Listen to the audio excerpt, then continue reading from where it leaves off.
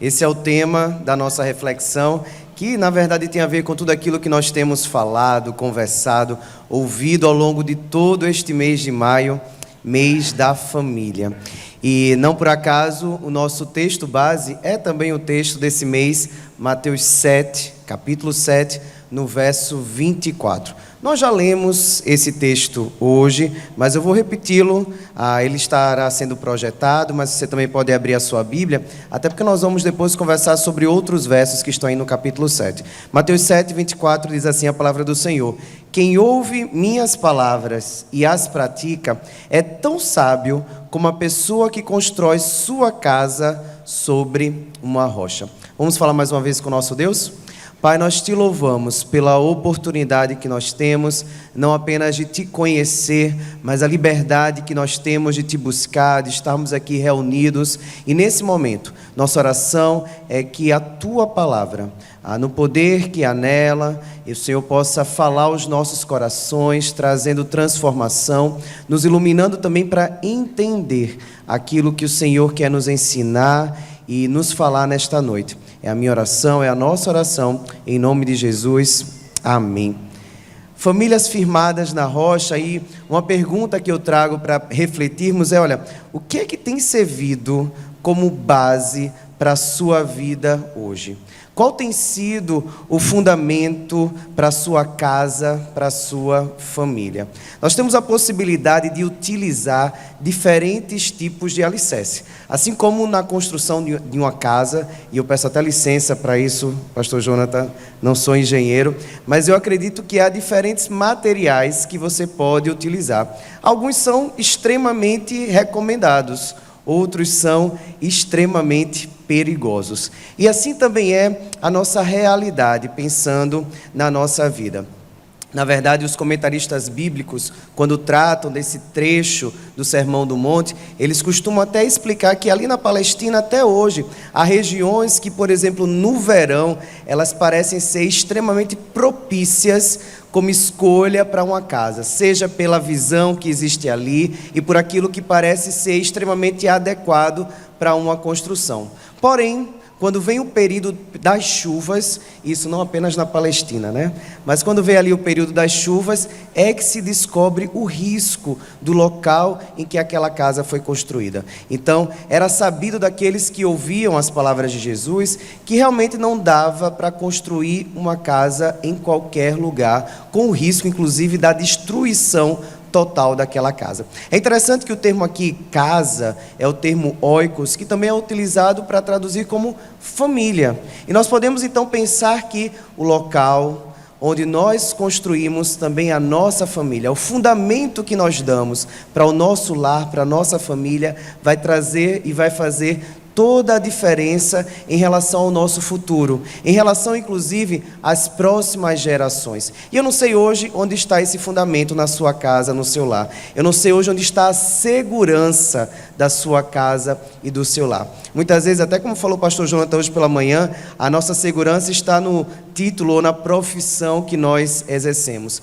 Às vezes está naquela reserva de emergência que nós aprendemos a guardar, e hoje nós temos vários investidores, influenciadores digitais que são também investidores e que ensinam inclusive como fazer isso, e nada contra as poupanças e reservas de emergência, mas muitas vezes nós colocamos a nossa segurança e o nosso fundamento em coisas que são passageiras. E para você pensar um pouquinho sobre o fundamento e alicerce da sua casa, tentar entender o que realmente é a segurança onde eu estou colocando, para pensar hoje em quais são as suas prioridades. Porque às vezes a gente até fala, não, a minha casa, o meu lar está assim firmado na rocha, está em Cristo, mas as nossas prioridades acabam não tendo a ver com Cristo.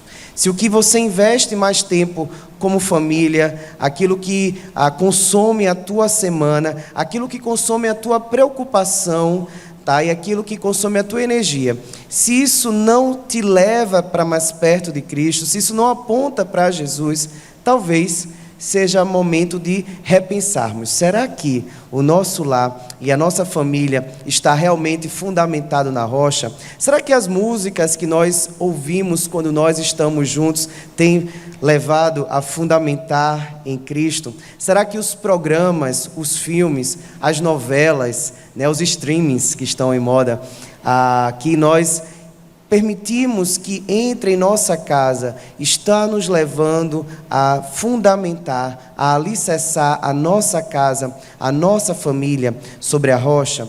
Quando Cristo coloca isso ali para os seus ouvintes, olha, quem ouve e pratica é como um homem sábio que constrói a sua casa sobre a rocha e está preparado para as tempestades e desafios da vida. É uma grande orientação sobre onde precisaria estar o foco em relação à família. E pensando nisso, tem 3 verdades que eu gostaria de destacar à luz desse texto. E a primeira delas é bem simples, mas extremamente preciosa. Dedique-se a ouvir. Eu não sei se você se considera um bom ouvinte. Um músico, um corista, precisa ser um bom ouvinte, né? Porque a gente precisa ali ouvir o nosso naipe, ouvir o outro naipe, para a gente poder também harmonizar. Mas hoje em dia eu penso que essa é uma das habilidades que nós mais temos falhado ou deixado de desenvolver. A habilidade de ouvir.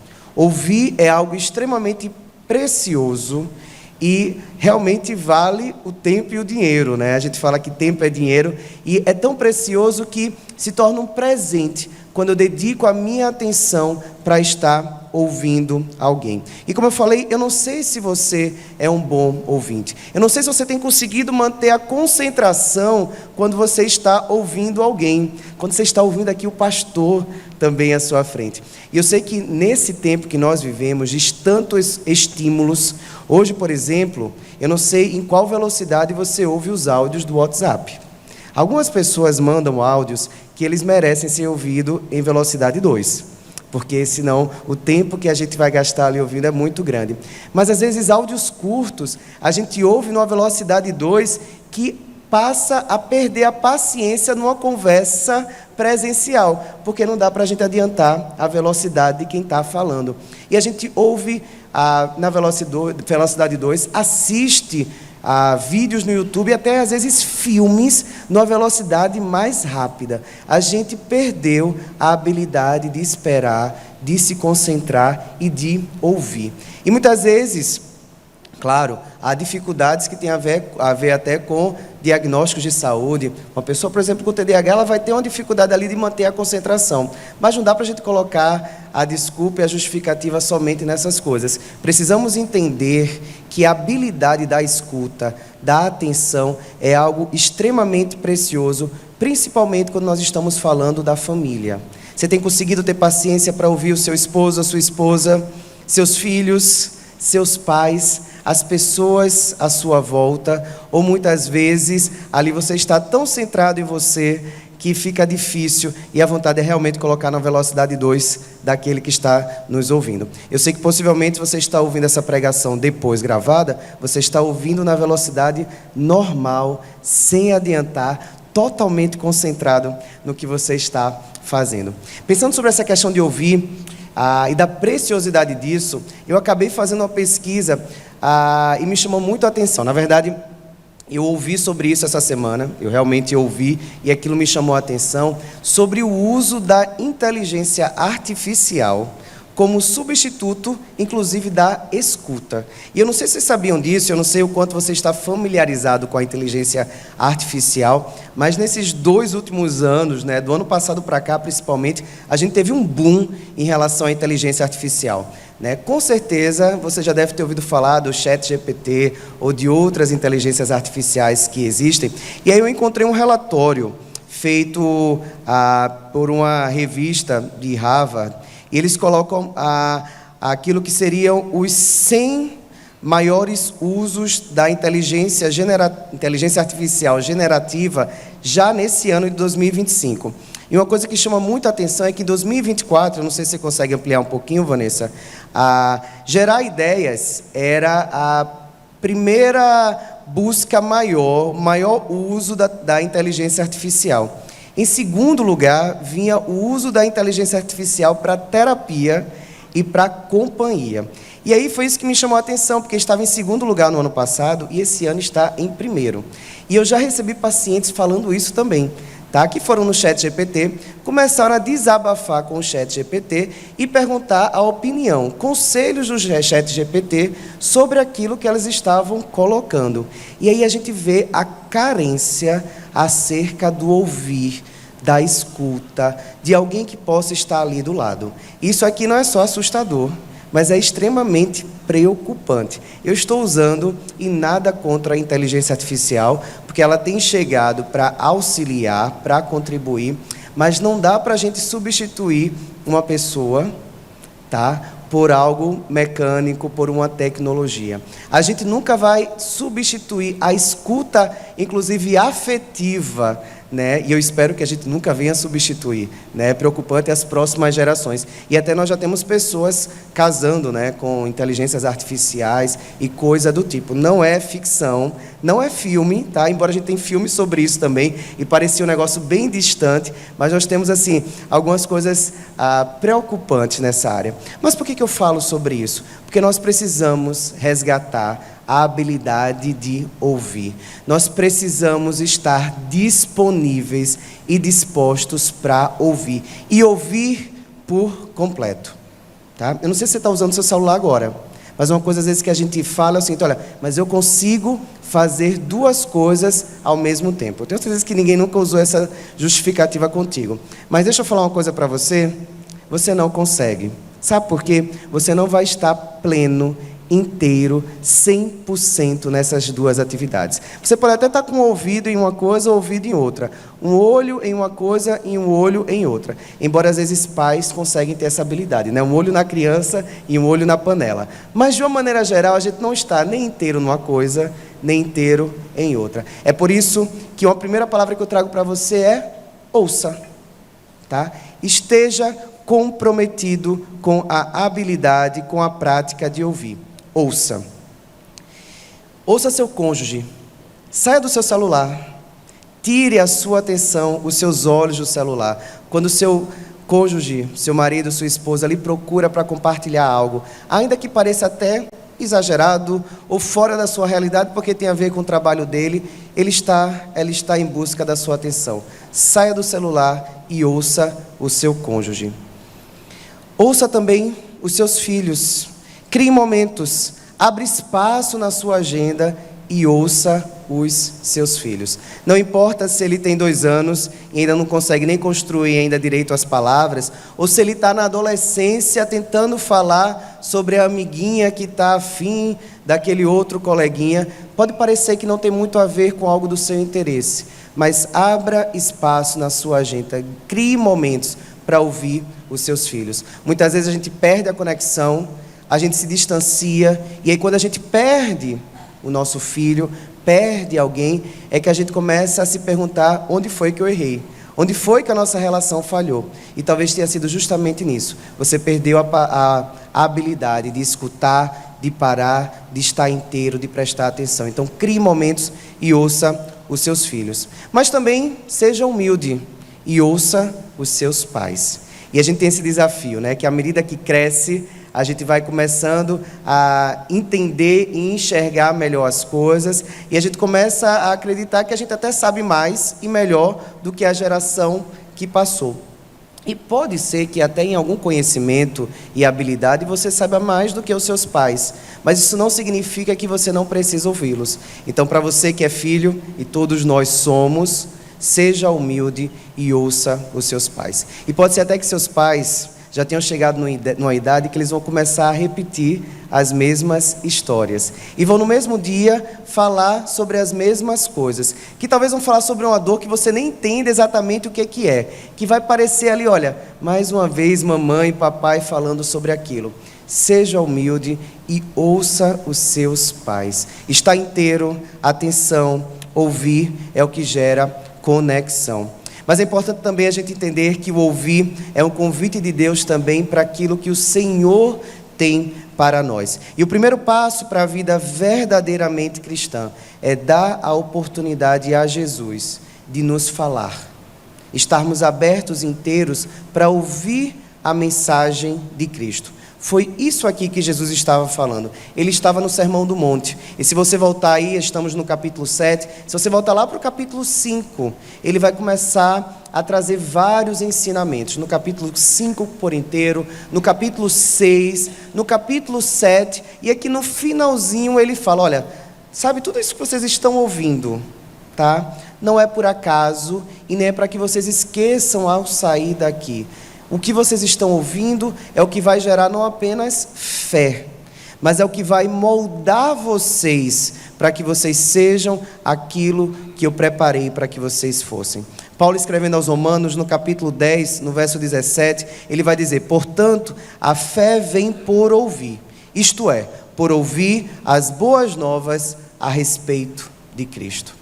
E muitas vezes a gente até quer que alguém venha a Cristo, que um parente, um amigo se converta, mas nós nunca demos nem mesmo a oportunidade dela ouvir, porque nós não assumimos esse compromisso de compartilhar.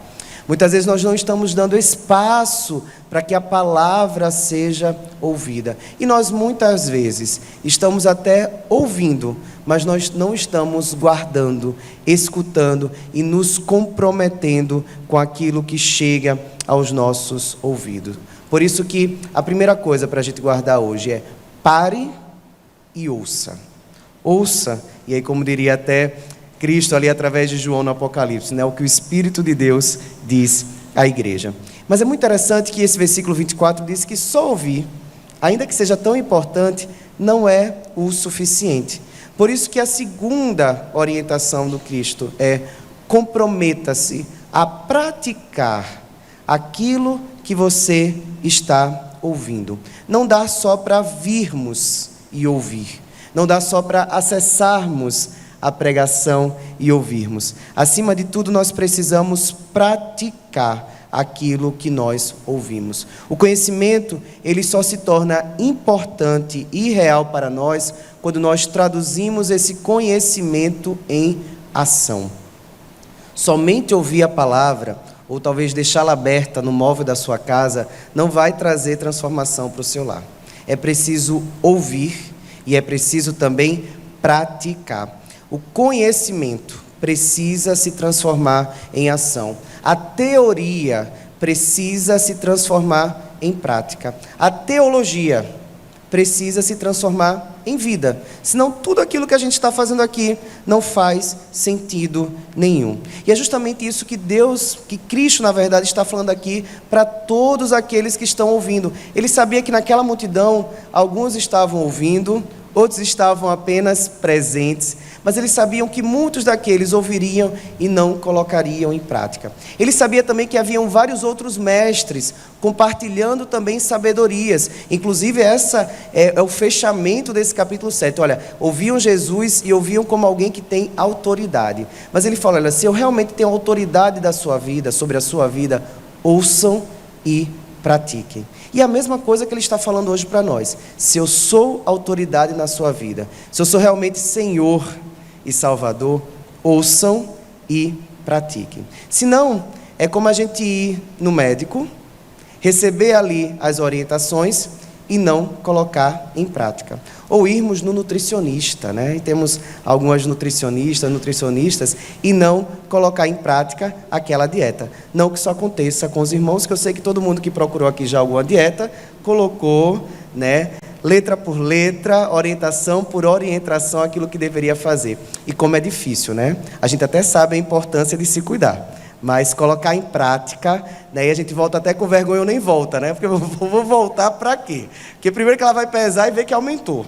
Segundo, vai perguntar se eu fiz ou não fiz. Então deixa do jeito que está e daqui a alguns anos, quando outro médico pedir, a gente marca um novo nutricionista, né? Para também não ter cobrança em relação à vez passada. Mas a mesma coisa acontece com Cristo, tá? Não dá para a gente vir.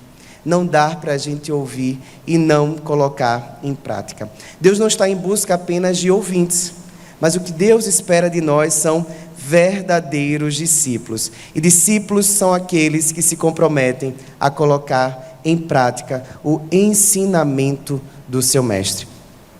Quem fala isso muito bem é Tiago, lá no capítulo 2, 17, que ele vai dizer, olha, a fé, sem obras é morta. Não dá para você dizer que você tem fé, que você acredita. Inclusive, Jesus, ele é até mais ousado, que ele fala que, olha, até o diabo crê, tá? Mas a gente precisa crer e praticar. É isso que nos faz verdadeiramente cristãos. A fé verdadeira não se limita a uma crença interior, mas se manifesta em ações e comportamentos concretos, demonstrando um coração transformado pela graça de Deus. E eu acho que na verdade, esse é o motivo das maiores vergonhas que a gente passa como igreja. Porque quantas pessoas falam, olha, mas eu conheci um crente, eu tive um vizinho que era crente, né? E às vezes o testemunho e a fala sobre o que esse vizinho, essa pessoa fazia ou não fazia, nos envergonha. Mas ele era evangélico, ele se dizia cristão. Ser cristão não tem a ver apenas com crer, mas tem a ver com crer e manifestar a nossa fé, aquilo que cremos em ações, em comportamentos, em prática. É mostrar na nossa vida o coração transformado em todas as áreas que nós vivemos. No trabalho, na família, naquela reunião de condomínio, né? Quando estamos naquele almoço do domingo, é a oportunidade de nós praticarmos aquilo que Deus nos ensina e aquilo que nós ouvimos. E quando eu penso em ouvir e fazer, eu penso em algo que parece bem óbvio também. O convite de Deus, na verdade, para nós é obediência. Não dá para sermos cristãos, seguidores, se nós não obedecermos. Por isso, ouça, pratique. E a terceira coisa, e eu confesso a vocês até que eu fiquei pensando numa outra expressão, mas não veio, e aí eu trouxe essa mesmo, é pare de se enganar. E eu digo isso porque se você voltar nos versículos 21, 22, 23, faz parte desse mesmo sermão e do contexto que Jesus está falando aqui. E a gente geralmente lê o texto bíblico de maneira bem recortada, né? A gente retira só um trecho e se prende àquilo dali. Então, temos repetido ao longo do mês todo, olha, construir sua casa sobre a rocha. Conhecemos essa história, né, essa parábola de certa forma, essa comparação que Jesus faz, mas olha os versos anteriores, tá?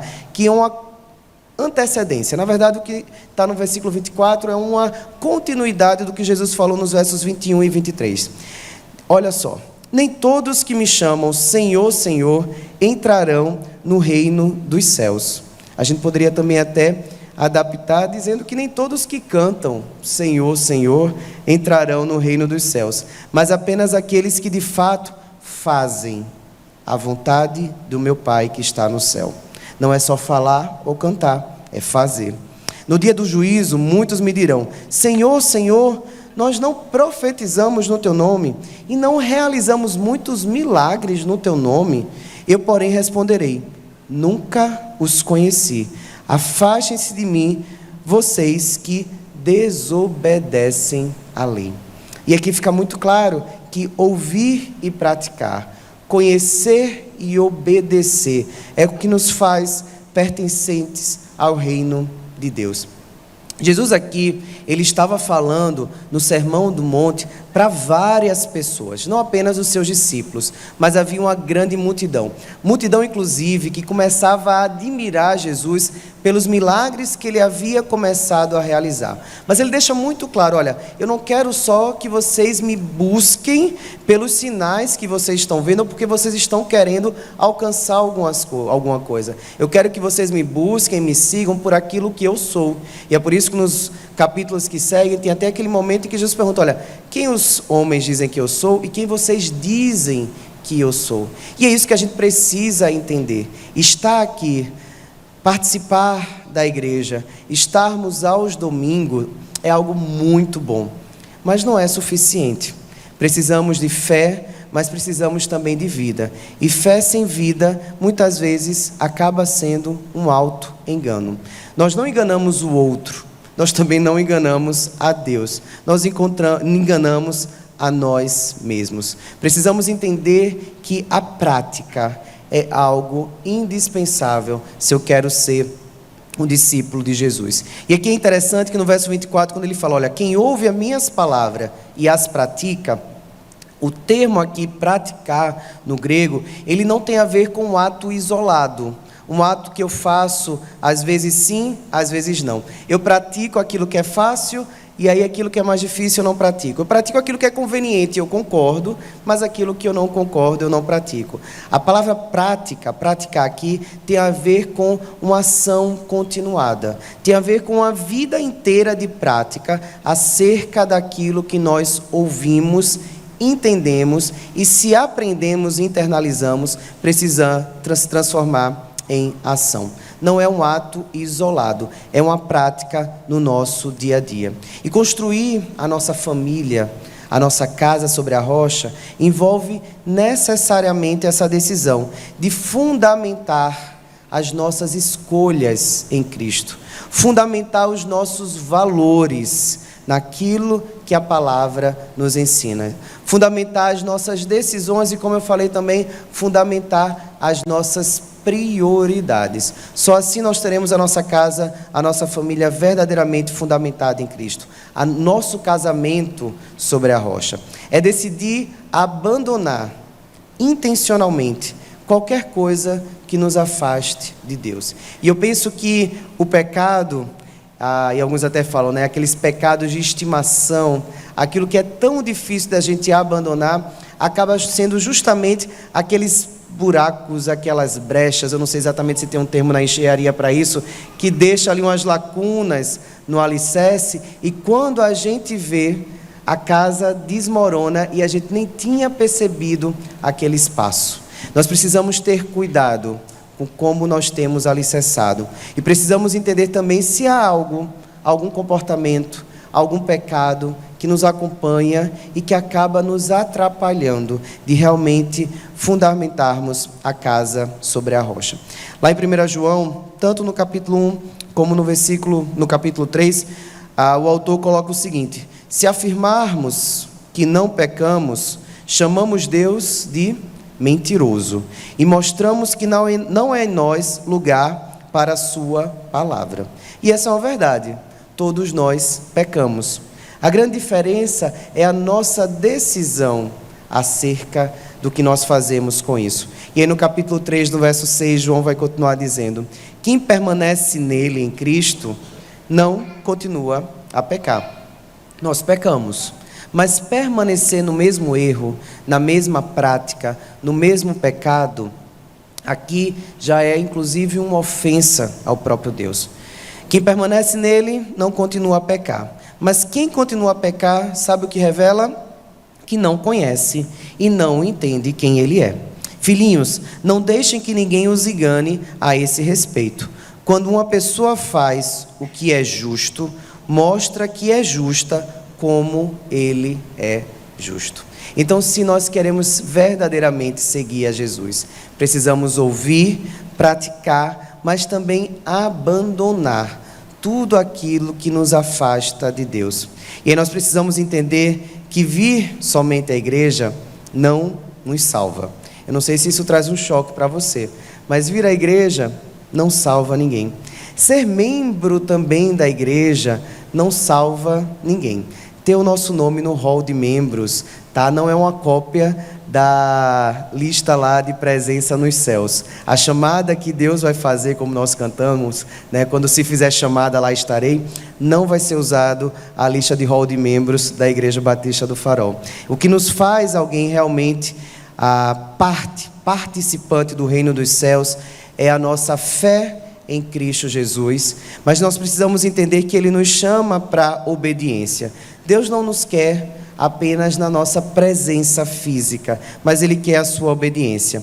Não é só uma questão de frequentar, mas é uma questão de como eu vivo a fé em Cristo, de uma maneira que as pessoas possam ver e até dizer: olha, você realmente é diferente, tem algo diferente em você, porque eu percebo Cristo através da sua vida.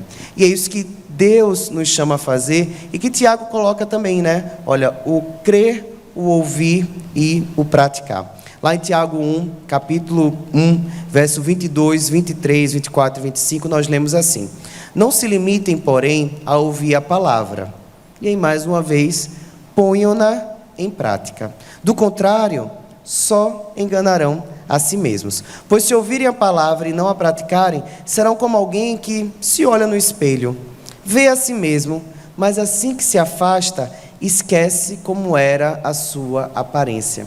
A gente se distancia daquilo que é o propósito de Deus. E muitas vezes a gente ora por isso, né? Deus, qual é o teu propósito para a minha vida? Né? O que o Senhor quer para a minha casa, para a minha família? A resposta é muito clara, está na palavra, eu só preciso ouvir, crer e praticar. E o texto continua: se contudo observarem atentamente a lei perfeita que os liberta, perseverarem nela e puserem em prática sem esquecer o que ouviram, serão felizes no que fizerem. Você quer ser feliz? Você quer que a sua família seja feliz? Veja o que diz o verso 25. Se contudo observarem atentamente a lei perfeita que liberta, perseverarem nela e puserem em prática, sem esquecer o que ouvirem, serão felizes no que fizerem. E esse é o grande convite de Deus para nós, para uma família fundamentada na rocha, para um casamento seguro na rocha, para relacionamentos familiares firmes na rocha. Nós precisamos depositar a nossa fé em Cristo e colocar a nossa fé em prática. E aqui é uma verdade muito clara nesse texto. Só há dois caminhos, só há dois personagens: um que constrói sobre a rocha e um que constrói sobre a areia. Que decisão você tem tomado? Que futuro você quer para você e para sua casa? Firmeza ou queda? Quando vier a tempestade, você quer ser levado por ela ou você quer permanecer firme apesar da tempestade? Tudo começa com o que você vai fazer com aquilo que você tem ouvido. E o convite do Senhor é: ouça, creia e ponha em prática. E aí eu repito para você: ouça, coloque em prática, mas também volte a construir, porque talvez ao longo desse processo você tenha permitido que, olha, eu deixei alguma coisa incompleto. Eu não coloquei o alicerce como precisava. No nosso casamento, a gente não deu a atenção para o que era realmente importante. Nós deixamos que outras pessoas, outras coisas e prioridades ocupassem o lugar que era mais importante, inclusive o lugar de Deus na nossa casa. É muito interessante que quando o texto fala sobre construir, o verbo construir é usado também para reforma e reconstrução. Então Deus nos chama não apenas para construir sobre a rocha, mas também para reconstruir caso a casa tenha começado a cair. E eu não sei como é que está a sua casa, eu não sei como é que está o seu relacionamento, eu não sei como está a sua vida. Se ela está intacta, em meio inclusive às tempestades e chuvas que temos vivido, ou se é preciso reconstruir, reparar, recomeçar. E meu convite é justamente esse: volte a reconstruir. Volte a trazer a sua atenção para aquilo que é realmente importante. Não apenas ouça, mas acima de tudo, creia e decida colocar em prática. Que Deus nos abençoe. Eu queria orar pela sua vida, eu queria orar pela sua família, eu queria orar talvez pelo seu casamento. Eu vou lhe convidar a fechar seus olhos, porque talvez você tenha percebido justamente isso. Olha, nos perdemos nas prioridades, nas escolhas, nas decisões. E sempre é tempo de recomeçar e de reconstruir. Mas precisa ser com a decisão certa, precisa ser sobre a rocha. Apresenta a sua vida ao Senhor, o seu casamento a Ele nesse momento, os relacionamentos aí entre pais, filhos, irmãos. Nós temos sido desafiados esse mês, inclusive, ao perdão, a restaurar vínculos e relações, e é sobre isso que nós vamos orar, pedindo a Deus que nós possamos realmente focar naquilo que é prioridade, que a gente possa realmente aprender a ouvir, resgatar a experiência da escuta, a escuta verdadeira e plena diante daqueles que estão à nossa volta. Vou lhe convidar a apresentar a sua família ao Senhor, a sua vida e aquilo que hoje precisa da restauração e da reconstrução. Deus, nós te agradecemos Nós te louvamos, Pai, porque o Senhor nos ama tanto que o Senhor nos alcança com os teus laços de amor. E o Senhor nos traz ensinamentos, o Senhor nos traz exortação, e o Senhor nos traz de volta para os teus caminhos, Pai. E talvez seja isso que esteja acontecendo nesse momento. Pessoas decidindo voltar para o caminho onde já andaram, mas talvez ali se distanciaram, para prioridades que até já foram presentes no lar, mas acabaram sendo substituídas por outra, Deus. Que o Senhor possa trabalhar, que o Senhor possa restaurar, renovar, que possamos te buscar, te ouvir, crer e praticar. E que nossas casas, casamentos, relacionamentos, que as nossas famílias, minha e dos meus irmãos aqui, presentes e me ouvindo, possam receber a tua restauração, possam ser alvo da tua reconstrução. E que possamos sair daqui decididos e comprometidos a construir nossa casa sobre a rocha. É a minha oração em nome de Jesus. Amém.